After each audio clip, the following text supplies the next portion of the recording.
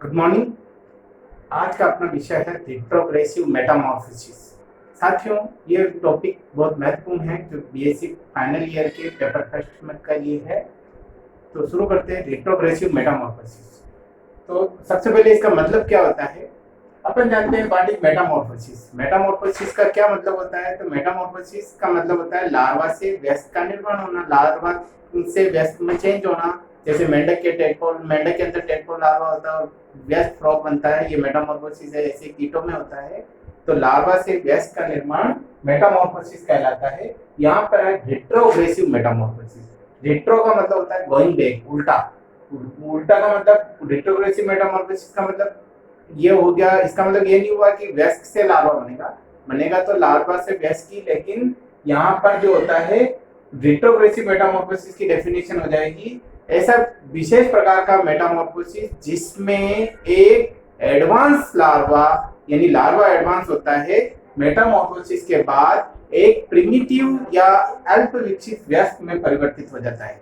बाकी Metamorphosis, progressive Metamorphosis में होता क्या है कि लार्वा अल्प विकसित होता है और व्यस्क जो होता है विकसित होता है। जैसे टेडपोल लार्वा फ्रॉग का अंदर वो अल्प विकसित होता है, यानी उसमें गिल्स होते हैं, और व्यस्क मेंढक में लंग्स बन जाते हैं, उसमें 2 चैम्बर हार्ट होता है, इसमें 3 चैम्बर हो जाता है। यानी मेटामॉर्फोसिस के बाद प्रोग्रेसिवनेस आती है, विकसित विकसित होता है। लेकिन यहाँ पर उल्टा हो जाएगा, यानी यहाँ पर लार्वा विकसित होता है, मेटामॉर्फोसिस के बाद वो अल्प विकसित या आदिम वयस्क में परिवर्तित हो जाता है। इसको रेट्रोग्रेसिव मेटामॉर्फोसिस कहेंगे। तो ये तो हुई डेफिनेशन।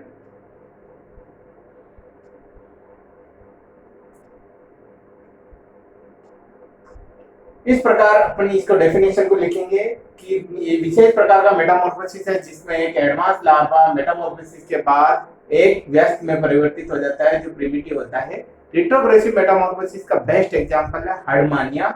हर्डमानिया यूरोपोडेटा, फाइलम पोडेटा की सब फाइलम यूरोपोडेटा का मेंबर है, जिसके अंदर एक लार्वा होता है। डेवलपमेंट के अंदर इसमें रिट्रोग्रेसिव मेटामॉर्फोसिस देखने को मिलता है। तो लार्वा, सबसे पहले हर्डमानिया का लार्वा, यहाँ पर 2 क्वेश्चन बनते हैं। एक तो describe the structure of ascidian tadpole larva. तो रिट्रोग्रेसिव मेटामॉर्फोसिस से पहले अपन एसिडियन टेडपोल लार्वा की स्ट्रक्चर देखेंगे, उसके बाद इसमें मेटामॉर्फोसिस देखेंगे। तो हर्डमानिया का लार्वा होता है जिसे एसिडियन टेडपोल लार्वा कहते हैं, क्योंकि ये भी मेंढक के टेडपोल लार्वा की तरह होता है। एसिडिया इसकी क्लास है, इसलिए इसको एसिडियन टेडपोल लार्वा कहते हैं। तो एसिडियन टेडपोल लार्वा की क्या विशेषताएं होती है।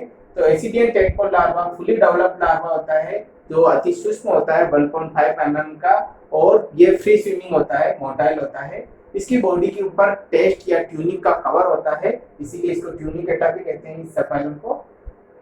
इसके 2 पार्ट होते हैं, एक होता है हेड या ट्रंक कह सकते हैं, दूसरी होती है टेल। हेड जो होता है इसका आगे का पार्ट होता है जिसके अंदर 3 एडेसिव पेपिला होते हैं जो चिपकने में आगे काम आएंगे। एक ब्रेन वेसिकल होता है, यानी सेंस ऑर्गन है इसमें। उसके अलावा इसमें एक विसरल गैंग्लियन होता है। इसके अंदर नर्व कॉर्ड होता है जो डोर्सल होता है। ये इसकी पूरी स्ट्रक्चर है। ये आगे का पार्ट हेड या ट्रंक, ये पीछे टेल होगी। हेड के अंदर क्या क्या स्ट्रक्चर होगी, 3 एडिसिव पेपिला होंगे, सेंसरी वेसिकल होगा, विसरल गैंग्लियन होगा, स्टेटोसिस्ट होती है, माउथ या ब्रेंकियल चैम्बर होता है, एट्रियल चैम्बर होता है। ये पूरी एलिमेंट्री कैनाल है। फेरिंग्स के अंदर गिल स्लिट्स पाए जाते हैं, और ये पीछे पूंछ होती है। पूंछ के अंदर नोटोकॉर्ड पाई जाएगी और डोर्सल नर्व कॉर्ड होगी। ये कॉर्डेड कैरेक्टर है। एलिमेंट्री कैनाल पूरी कंप्लीट होती है। ब्रेंकियल चैम्बर माउथ कहलाता है, इसोफेगस होती है, गिल स्लिट्स पाए जाते हैं फेरिंग्स के अंदर। इसके अलावा इसके अंदर एट्रियल कैविटी के द्वारा बाहर निकलता है। हार्ट होता है, पेरिकार्डियम या हार्ट जो वेंट्रली प्लेस्ड होता है। उसके बाद इसका महत्वपूर्ण ऑर्गन होता है टेल। साथियों, इस पूरे सबफाइलम का सारा दारोमदार इसकी टेल के ऊपर होता है, इसीलिए इस सबफाइलम को क्या नाम दिया, यूरोकोडेटा। यूरो का मतलब होता है टेल, क्योंकि कोडेड कैरेक्टर लार्वा की पूंछ में पाए जाते हैं। तो लार्वा की पूंछ बहुत महत्वपूर्ण होती है। ये इसका लोकोमोटरी ऑर्गन होता है जिसके ऊपर टेल फिन पाया जाता है। 0.9 mm होती है, टोटल 1.5 mm का होता है, जिसमें 0.9 mm की लॉन्ग टेल होती है। इसके ऊपर टेल फिन पाया जाता है। उसके अलावा इसमें महत्वपूर्ण होता है dorsal tubular nerve cord, larva की पूंछ में पाए जाते हैं। इसके अलावा जो कोडेड कैरेक्टर है नोटोकॉर्ड भी इसकी लार्वा की पूंछ में पाए जाते हैं। तो ये कोडेड कैरेक्टर है, ये लार्वा की पूंछ में पाए जाते हैं। तो ये सारी चीजें हैं, देखने के बाद अपने को लगता है कि इसमें कोई डाउट नहीं है कि एसिडियन टेडपोल लार्वा एक वास्तविक कोडेड है, क्योंकि इसमें तीनों फंडामेंटल बेसिक कोडेड कैरेक्टर पाए जाते हैं। डोर्सल नर्व कोड होती है, नोटोकोड होती है और फेरिंजियल गिल स्लिट्स होते हैं, इसीलिए ये एडवांस लार्वा है। अब इसका आवास और स्वभाव क्या होता है? कुछ समय जब हेचिंग के बाद ये कुछ समय फ्री स्विमिंग होता है, सरफेस पे तैरता है, मतलब फोटो पॉजिटिव और जियो नेगेटिव होता है। ये फीड नहीं करता है क्योंकि इसका माउथ जो होता है या टेस्ट या ट्यूनिक से कवर रहता है। कुछ समय तक फ्री स्विमिंग 3-4 घंटे तक करने के बाद ये बॉटम के ऊपर बैठ जाता है और जियो पॉजिटिव और फोटो नेगेटिव हो जाता है और इसमें मेटामॉर्फोसिस स्टार्ट हो जाएगा। ये बॉटम के ऊपर चिपक जाता है, किसके द्वारा चिपकेगा? 3 एडेसिव पेपिला जो होते हैं उनके द्वारा चिपक जाएगा और इसमें मेटामॉर्फोसिस स्टार्ट हो जाएगा। रिट्रोग्रेसिव मेटामॉर्फोसिस स्टार्ट हो जाता है। रिट्रोग्रेसिव मेटामॉर्फोसिस का आपको मतलब समझा गया है कि इसके अंदर जो 3 कोडेड कैरेक्टर है वो मेटामॉर्फोसिस के बाद डिसअपियर हो जाएंगे और व्यस्त जो होता है उसके अंदर केवल एक ही कोडेड कैरेक्टर होता है, नोटोकोड और नर्व कोड हर्डमानिया के अंदर नहीं होती है। फिर भी वो कोडेड मार्क रखा गया क्योंकि तीनों फंडामेंटल बेसिक कैरेक्टर लार्वा की किसी भी अवस्था में पाए जाने चाहिए, तो इसकी लार्वा के अंदर पाए जा रहे हैं, इसीलिए ये कोडेड है। तो 3 फंडामेंटल बेसिक कैरेक्टर लार्वा के अंदर होते हैं, व्यस्त में नहीं होते हैं। कुछ समय तक ये फ्री स्विमिंग करता है, उसके बाद ये बॉटम पर चिपक जाएगा 3 एडिसिव पेपिला के लिए साथ द्वारा और इसके अंदर रिट्रोग्रेसिव मेटामॉर्फोसिस स्टार्ट हो जाएगा। रिट्रोग्रेसिव मेटामॉर्फोसिस के अंदर 2 पार्ट होते हैं, 2 परिवर्तन होते हैं, एक तो होता है रिट्रोग्रेसिव चेंजेस, एक प्रोग्रेसिव चेंजेस। कुछ अधिकांश चेंजेस रिट्रोग्रेसिव होता है। रिट्रोग्रेसिव चेंजेस में क्या क्या होती है? कुछ स्ट्रक्चर डिसअपियर हो जाती है, जैसे सबसे पहले लॉन्ग टेल जो होती है वो गायब हो जाती है और लॉन्ग टेल जो अगर डिसअपियर हो गई तो उसके साथ नोटोकॉड और डोर्सल नर्व कोड भी डिसअपियर हो जाएगा फेगोसाइटोसिस के द्वारा, कैथेक्सिन एंजाइम के द्वारा। लार्वा के सेंस ऑर्गन, लार्वा के अंदर सेंस ऑर्गन होता है, जैसे ओसिलाई होते हैं, ऑटोलिथ होता है और सेंसरी वेसिकल होता है। ये सब चीजें वेस्ट में नहीं पाई जाएंगी, यानी वेस्ट के अंदर सेंस ऑर्गन नहीं होते हैं। एडिसिव पेपिला डिसअपियर हो जाएगा, उसके अलावा एडिसिव पेपिला डिसअपियर हो जाएंगे। पूरी बॉडी जो होती है 90 डिग्री पर घूम जाएगी। अब होते हैं प्रोग्रेसिव चेंजेस। कुछ प्रोग्रेसिव चेंजेस भी होते हैं। प्रोग्रेसिव चेंजेस के अंदर क्या आएगा? प्रोग्रेसिव चेंजेस के अंदर इसकी एलिमेंट्री कैनाल जो होती है डेवलप्ड हो जाएगी, है ना। पूरी एलिमेंट्री कैनाल जो होती है वो पूरी डेवलप हो जाती है, बॉडी पियर शेप्ड हो जाती है और एट्रियल और ब्रेंकियल साइफन बन जाते हैं रेस्पिरेशन के लिए।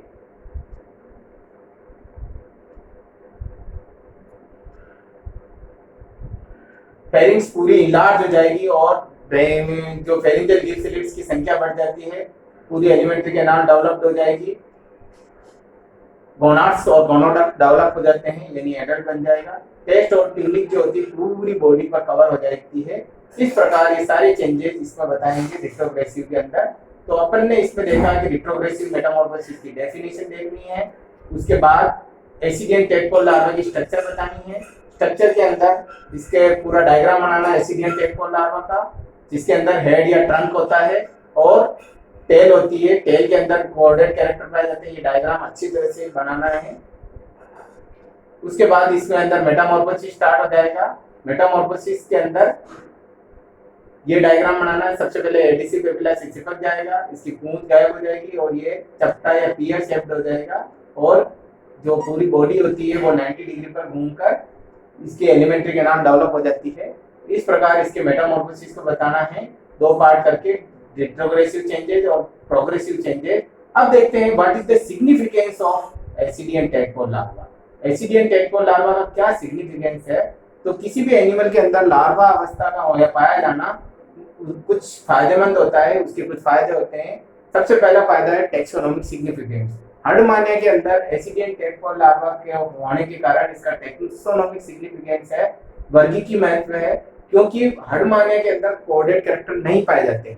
तो इस हिसाब से देखा जाए केवल हर्डमानिया को तो इसको कोडेटा में नहीं रखा जाएगा, लेकिन क्योंकि इसके लार्वा के अंदर कोडेड कैरेक्टर पाए जाते हैं इसीलिए इसको फाइलम कोडेटा में रखा गया। तो ये इसका टैक्सोनॉमिक इंपोर्टेंस हुई कि सारे कोडेड कैरेक्टर लार्वा के अंदर पाए जाते हैं। दूसरा है फाइलोजेनेटिक सिग्निफिकेंस, किसी भी एनिमल के अंदर लार्वा अवस्था का पाया जाना दूसरे संघ के साथ, उस एनिमल का दूसरे फाइलम के साथ क्या अंतर संबंध है ये बताने के लिए भी काम आता है।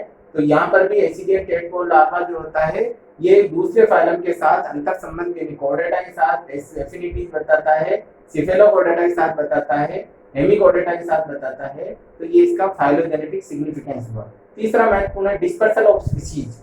लार्वा क्योंकि अपन देखते हैं लार्वा फ्री स्विमिंग होता है तो एक स्थान से दूसरे स्थान पर जा सकता है, क्योंकि व्यस्क सेसाइल होता है तो लार्वा फ्री स्विमिंग होने के कारण जाति जो है सभी तरफ फैल जाती है। तो डिस्पर्सल ऑफ स्पीशीज के लिए लार्वा अवस्था का होना बहुत जरूरी है, फ्री स्विमिंग लार्वा का होना। इसीलिए फ्री स्विमिंग लार्वा की वजह से जाति का डिस्पर्सल हो जाता है ताकि फूड और रिसोर्सेज ज्यादा अवेलेबल हो और जाति का अस्तित्व बना रह सके। चौथा और लास्ट है एम्ब्रियोलॉजिकल सिग्निफिकेंस।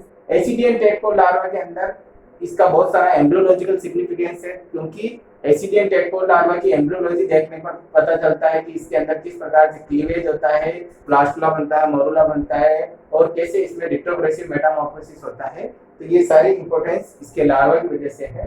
तो इस प्रकार साथियों अपन ये पूरा टॉपिक देखेंगे, रिट्रोग्रेसिव मेटामॉर्फोसिस और एसिडियन टेडपोल लार्वा। धन्यवाद।